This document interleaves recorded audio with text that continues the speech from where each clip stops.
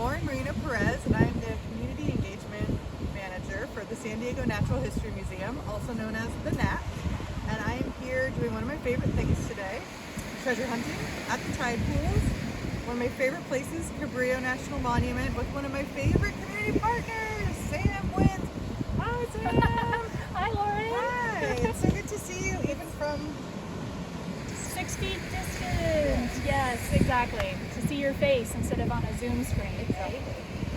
So Lauren and I are standing here on this sandstone ledge at the edge of land and sea in one of Cabrillo's coolest locations, the rocky intertidal zone.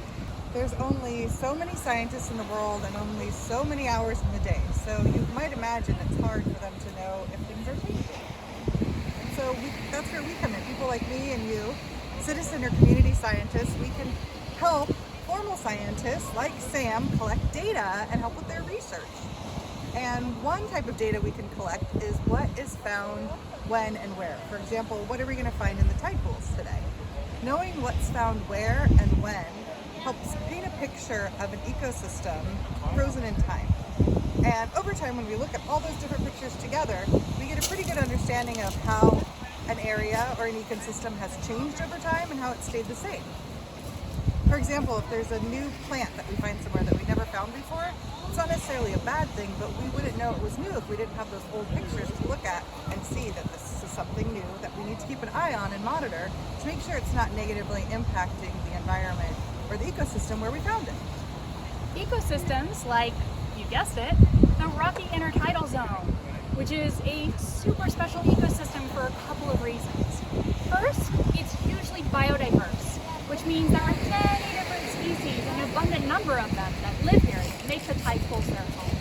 Second, it's one of the most extreme environments to live in on Earth, and that's largely to do with the tidal cycles. When you think about it, right, these are marine organisms, and multiple times a day the tide goes out and they have to deal with factors like wind and sun, right? So here in a minute, we're gonna go on a little treasure hunt. We're gonna go document a lot of these really, really cool, this cool biodiversity, and check out some of their cool adaptations, the adaptations they had to survive in this really extreme ecosystem. And this is where you come in, right? As we go, we're gonna teach you how you can help us document this biodiversity too.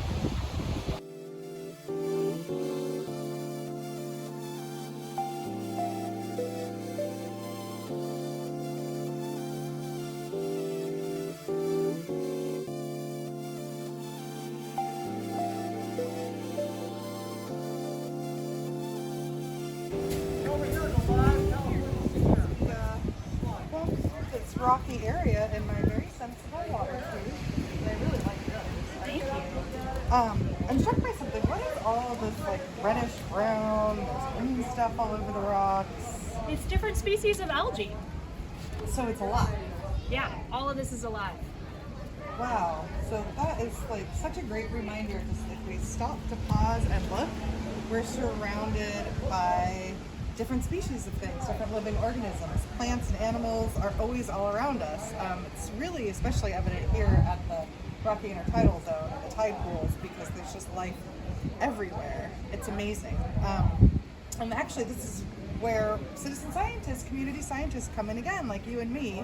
We can help Sam by documenting all these different species, plants and animals that we come across. One way to do it is to use, there's an app and a website called iNaturalist. That's the letter I followed by naturalist. And what you do is you download it and you upload pictures of what you find. And those pictures, people can see them all over the world.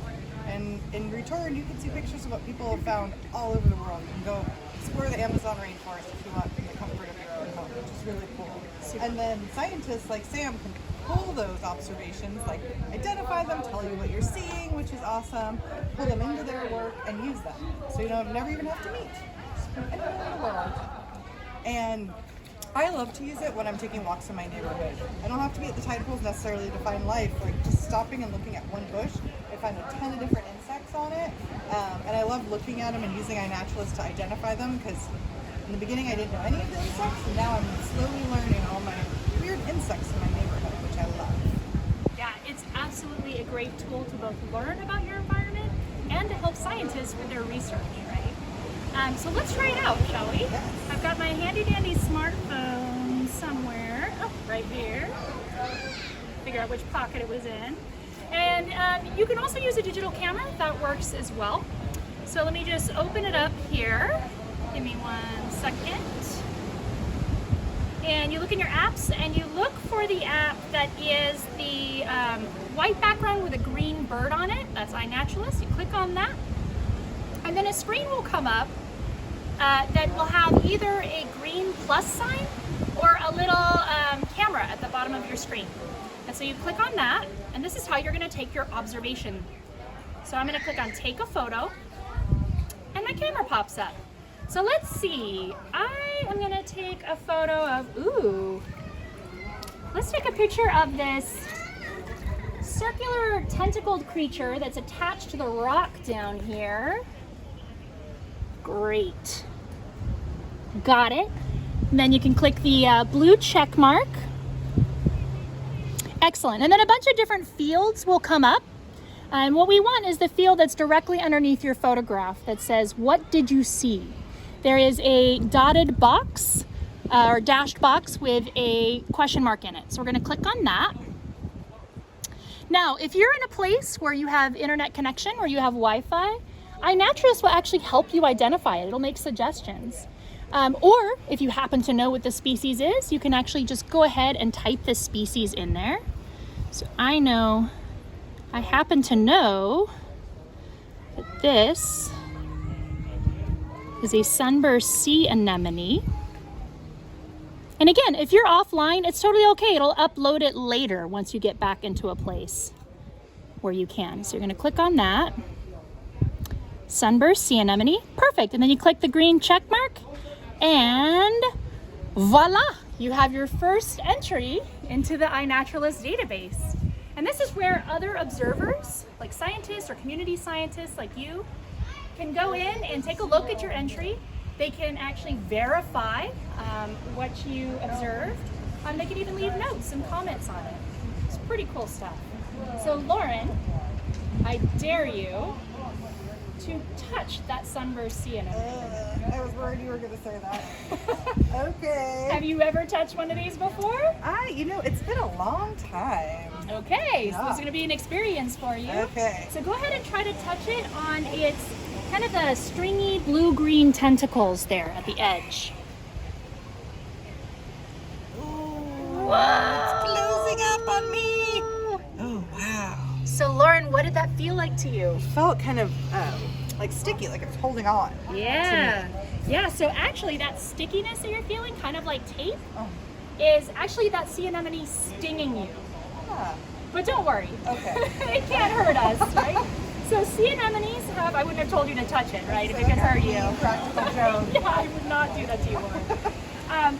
So sea anemones actually have these little special capsules called nematocysts. And in each nematocyst is a little barb that contains poison in it. And if you were some of the sea anemone's prey, like a little fish, that barb would come out and it would paralyze it. It would incapacitate its prey, right? But we're too big, so it just feels like stickiness to us.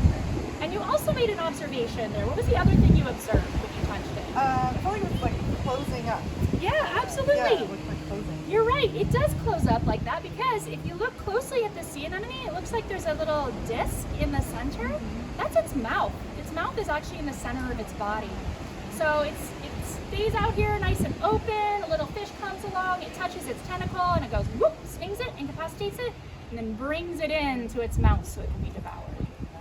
Really cool. So that sea anemone didn't know what you were, right? Something touched it, it just closed automatically. Yeah. Reminds me of some of my relatives. Just bringing you in whether you want it or not. I hope their mouth isn't in the center of their body. They should go get checked out by a doctor if that's the case. All right, you ready to explore some more, Lauren? I would love to. That was so Excellent. fun. We found something really cool. Lauren, check this out. What is that? It looks like it's just bright pink bubble gum or something. It does look like pink bubblegum, doesn't it? Mm-hmm. That's actually a little tiny sea slug. That is a rosy nudibranch. Oh my god, it's so cute. Isn't it cute? Oh. And they don't get much bigger than that. Wow. And they are most most nudibranchs are a bright color to warn off predators. Why do you think they might want to warn off predators? Oh, are they like my little friend over there, the anemone? Do they sting? Do they have venom or something? They're warning off predators because they are toxic. So to eat, most nudibranchs anyways, not all species, but most are. So they're saying, hey, it's that flash coloration, right? That's saying like, hey, back off, you don't want to eat me. Just like monarch butterflies, right? They're kind of like bright orange, saying, don't eat me, I'm poisonous. Same thing with our little nudibranch friends down here. Well, I'm going to take a picture of them. I'm going to put it on iNaturalist. Perfect. Right now, I'm just going to use my camera and get in there and get some shots. And I don't want to touch them, but I do want to just put like my finger kind of there for a little bit of scale. So the person that's looking at this on the other side of the computer can see just how big it is. One more angle.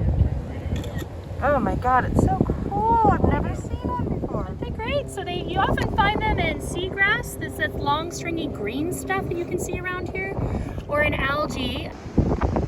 You can probably tell that this time of year is the perfect time to go tide pooling. Look at this amazing negative low tide here.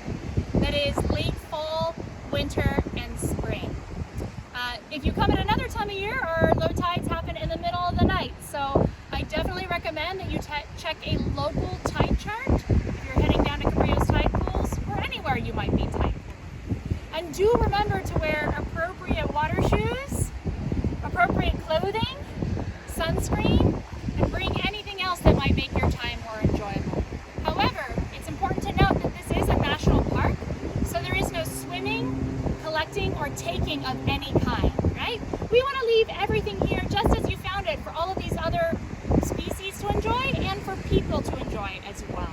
Okay? If you want to learn more about Cabrillo's tide pools, you can check out our website at nps.gov/Cabrillo. That's NPS as in National Park Service, .gov as in government, /CABRILLO. Thank you so much for having me here today, Sam. It has been wonderful. The tide pools are really an extraordinary place, and we're so lucky to have them. We're really lucky to have people like Sam that work hard to keep them safe and healthy for all of us to enjoy. I'd also like to thank our cameraman, Andrew, who's behind the camera. He also works for the National Park Service and the National Park Service in general. It's just an amazing system, and we're so lucky to have it. And I just wanted to let you guys know that even if you can't get to the tide pools, that's not a problem, because you can still participate in community science. Go on our website to check out projects. We have projects on our website at SDNHM, that's for San Diego Natural History Museum.org, and then /community science. There you can see all sorts of cool projects you can get involved with, run by our researchers at the museum, but also researchers in other places as well. And there's a really cool project that even if you can't get to the tide pools, even if you can't leave your house, you can participate in. That's called Never Home Alone, and that one isn't run by the museum, but it's still really fun and you should get involved with it.